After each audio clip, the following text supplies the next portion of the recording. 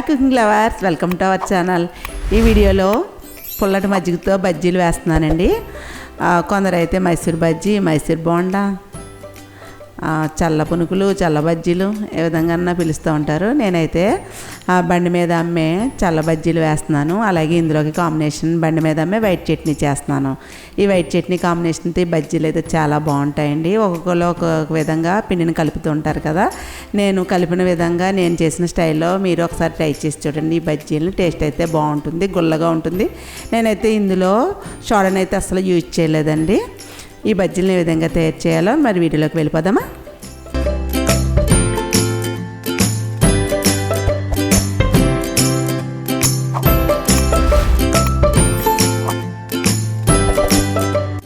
ఈ చల్ల బజ్జీలు చేయడానికి పుల్లటి పెరుగే తీసుకోవాలండి. 1 కప్పు పుల్ల పెరుగు తీసుకున్నాను, లేదా మీరు వెన తీసిన మజ్జిగనే తీసుకోవచ్చు. 1/2 కేజీ మైదా తీసుకుంటున్నాను. ఇది జల్లించిన మైదా, వెయిట్లో అయితే 1/2 కేజీ, కప్పుతో అయితే 2 కప్పులు మైదా వచ్చింది. ఈ పుల్లటి పెరుగును ఒక ఖాళీగా ఉన్న గిన్నెలో వేసుకోవాలండి. కొద్దిగా వాటర్ వేస్తున్నాను. ఇది పెరుగు కాబట్టి కొద్దిగా వాటర్ని యాడ్ చేస్తున్నాను. అదే మజ్జిగ అయితే మీరు వాటర్ వేయాల్సిన అవసరం లేదు. మజ్జిగ అయితే 1.5 కప్పు మజ్జిగని తీసుకోండి. ఇప్పుడు ఇందులోకి జల్లించిన మైదాను కూడా వేసేసుకోవాలి. రెండింటిని బాగా కలుపుకోవాలి. నేను బజ్జీలు ఉదయం వేద్దాం అనుకుంటున్నాను కాబట్టి ముందు రోజు నైటే ఈ పిండిని కలిపేస్తున్నాను. ఇలా ముందు రోజు పిండిని కలిపి వేయడం వల్ల బజ్జీలు గుల్లగా వస్తాయి.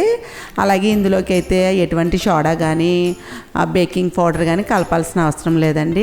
కొంచెం 1/2 కప్పు వాటర్ వేస్తున్నాను. 1 కప్పు పెరుగు, 1/2 కప్పు వాటర్ అయితే పట్టాయి. ఈ విధంగా పిండిని బాగా కలుపుకుని నేనైతే బయటే వదిలేస్తున్నానండి.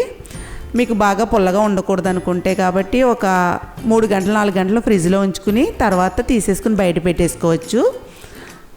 లేకపోతే నైట్ అంతా కూడా బయట వదిలేయచ్చు. ముందు రోజు నైటే పిండిని కలుపుకున్నామంటే బజ్జీలు గుల్లగా వస్తాయి. మీరు ఏ విధంగా కలిపిన పిండిని మీరు ఏ విధంగా చేసినా కానీ ఈ స్టైల్లో ఒకసారి చేసి చూడండి. ఈ విధంగా బజ్జీలు అయితే గుల్లగా వస్తాయి. ఆయిల్ కూడా ఎక్కువేమీ పీల్చదు, సోడాని ఏమీ యాడ్ చేయటం లేదు కదా. ఇలా కలిపేసిన పిండిని మూత పెట్టేసి నేను బయట వదిలేస్తున్నాను. ఇందులోకి మీరు వెన తీసిన మజ్జిగనైనా యూజ్ చేయొచ్చు. పెరుగు లేకపోతే మజ్జిగనైనా యూజ్ చేయొచ్చండి. కాకపోతే కొంచెం పుల్లగా మటుకు ఉండాలి. ఈ పిండిని ఇలా కలిపి పక్కన పెట్టేసుకున్నాను. నైట్ మార్నింగ్ చూపిస్తున్నాను మీకు. చూడండి ఎలా బబుల్స్ వచ్చిందో పిండి పైకి. ఇలా బబుల్స్ వచ్చినట్టు ఊరు ఉంటుంది. ఇందులోకి నేను సరిపడా సాల్ట్ వేసాను. 1 టీ స్పూన్ జీలకర్ర, 2 పచ్చిమిర్చి చిన్నగా కట్ చేశాను. అలాగే చిన్న అల్లం ముక్కను కూడా చిన్న ముక్కల కింద కట్ చేసి, 2 రెమ్మల కరివేపాకును కూడా చిన్న ముక్కల కింద కట్ చేసి వేసుకోవాలి. ఇవన్నీ కూడా ఒకసారి బాగా కలుపుకుని బజ్జీలో వేసుకోవడమే. బజ్జీలుగా వేయడానికి పిండిని ఈ విధంగా కలుపుకోవాలి. బాగా గట్టిగా ఉన్నా కూడా బజ్జీలు లోపల పిండి పిండిలా ఉంటుందండి. ఇలా వేసుకుంటే గుల్లగా వస్తాయి. ఇప్పుడు ఇది కలిపి పక్కన పెట్టుకుని దీంట్లోకి నేను చట్నీ చేస్తున్నాను. చట్నీ కూడా చాలా ఈజీగా చేసేయచ్చు. ఈ చట్నీ కూడా బయట బండి మీద అమ్మే చట్నీ. అది టేస్ట్ అయితే బాగుంటుంది బజ్జీలోకి. ఇందులోకి నేను 1/2 కప్పు పుట్నాల పప్పు, 1/4 కప్పు కొబ్బరి ముక్కలు, పచ్చిమిర్చి 6, 1 టీ స్పూన్ జీలకర్ర, వెల్లుల్లి రేకులు, చిన్న చింతపిక్క, అలాగే సరిపడా సాల్ట్ కూడా వేసేస్తున్నాను. ఇవన్నీ వేసి ముందు పొడిలా చేసుకోవాలి. ఇలా పొడి చేసిన తర్వాత కొద్దిగా వాటర్ని యాడ్ చేసి మరలా మిక్సీ పెట్టుకుని మెత్తగా చేసుకోవాలండి చట్నీ. ఇలా చేసిన చట్నీని ఒక బౌల్లోకి తీసుకోవాలి. మనం ఏ విధంగా ఉండాలో చట్నీ కన్సిస్టెన్సీ ఆ విధంగా వాటర్ని యాడ్ చేసి కలుపుకోవాలి. ఇలా కలుపుకున్న బౌల్ని పక్కన పెట్టి ఇది పోపు పెట్టుకుంటమే. ఈ చట్నీ అయితే చాలా ఈజీగా చేసేసుకోవచ్చండి. పాన్ పెట్టి ఇందులోకి ఆయిల్ కొంచెం ఎక్కువ వేస్తే బాగుంటుంది. 2 టేబుల్ స్పూన్లు ఆయిల్ వేసి 2 ఎండుమిర్చిని చిదివి వేసుకోవాలి.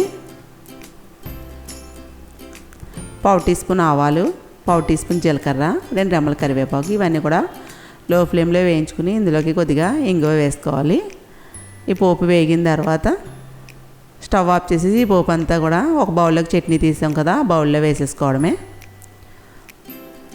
ఇందులో నేను ఏమి చట్నీకి వేయించలేదండి. పచ్చిమిర్చి పచ్చి వేసేసాను, అల్లం అలాగే వెల్లుల్లి రేకలు కూడా పచ్చి వేసేసాను. అన్నీ పచ్చి వేసి చేసుకుంటే టేస్ట్ బాగుంటుంది చట్నీ అయితే. ఈ పోపు కూడా ఈ చట్నీలో వేసేసుకుని పక్కన పెట్టుకుని ఇప్పుడు బజ్జీలు వేసుకోవడమే. బజ్జీ వేయడానికి పాన్ పెట్టుకుని ఇందులోకి డీప్ ఫ్రైకి ఆయిల్ వేస్తున్నాను.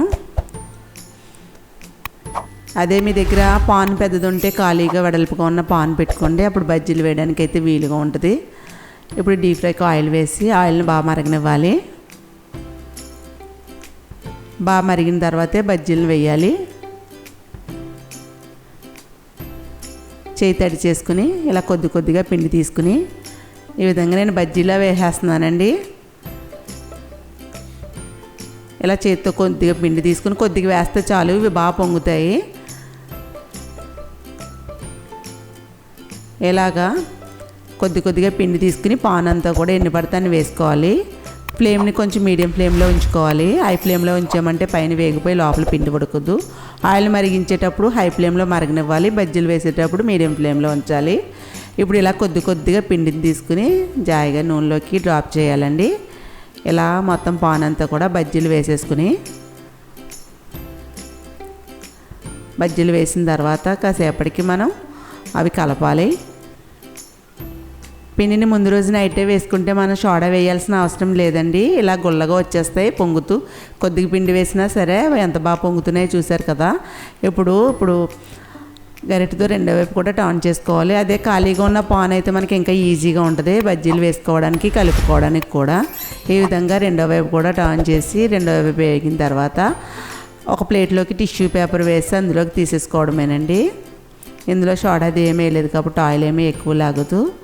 నేను ముందు రోజు నైటే కలిపేసి పక్కన పెట్టేశాను. సమ్మర్ కాబట్టి ఎక్కువ పులుపు ఇష్టం లేని వాళ్ళు అయితే కాబట్టి ఫ్రిడ్జ్లో కాసేపు ఉంచుకుని వేసేటప్పుడు ఒక 2 గంటల ముందే తీసుకుని బయట పెట్టుకోండి, అప్పుడు బజ్జీలు వేసుకోవచ్చు. ఈ విధంగా రెండో వైపు కూడా తిప్పిన తర్వాత వేగిన తర్వాత ఒక ప్లేట్లోకి తీసేసుకోవాలి.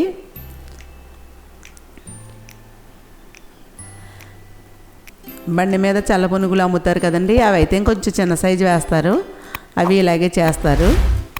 ఇలా టిష్యూ ఉన్న పేపర్లోకి తీసేసుకుని మిగిలిన పిండితో కూడా ఇలా బజ్జీలు వేసేసుకోవాలి.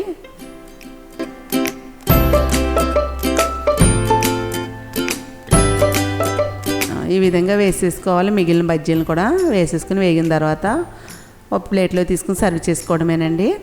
మీరు ఏ విధంగా చేసినా కానీ బజ్జీలని ఇలా ఒకసారి ట్రై చేసి చూడండి. బజ్జీలు చేయడానికి మాత్రం పుల్లటి మజ్జిగ అయితే బాగుంటుంది, పుల్లటి పెరుగు అయినా కూడా. దాంతో అయితేనే బజ్జీలు గుల్లగా వస్తాయి. చూడండి, నేను ఒకటి చిదిపి చూపిస్తున్నాను ఎంత గుల్లగా వచ్చాయో. ఇలా చేయడం వల్ల లోపల పిండి పిండిగా ఉండదు. ఈ చల్ల బజ్జీలు బాగుంటాయి. ఆయిల్ కూడా ఏమీ లాగదు, సోడా కూడా వేయాల్సిన అవసరం లేదు. అదే మార్నింగ్ కలుపుకున్నట్టయితే కాబట్టి కలిపిన తర్వాత 1 గంట తర్వాత వేసుకోవచ్చండి. దాంట్లో అయితే కొంచెం సోడాని అయితే యూజ్ చేయాలి. ఈ విధంగా బజ్జీలు మీరు ట్రై చేసేయండి. దీని కాంబినేషన్ వైట్ చట్నీ అయితే చాలా బాగుంటుంది. ఈ బజ్జీలని చట్నీని ట్రై చేసి ఏ విధంగా కుదిరిందో నాకు కామెంట్ చేయండి. ఈ వీడియో నచ్చితే లైక్ చేయండి, నా ఛానల్ సబ్స్క్రైబ్ చేయండి, బెల్ ఐకాన్ యాక్టివేట్ చేయండి. నెక్స్ట్ వీడియోలో కలుసుకుందాం.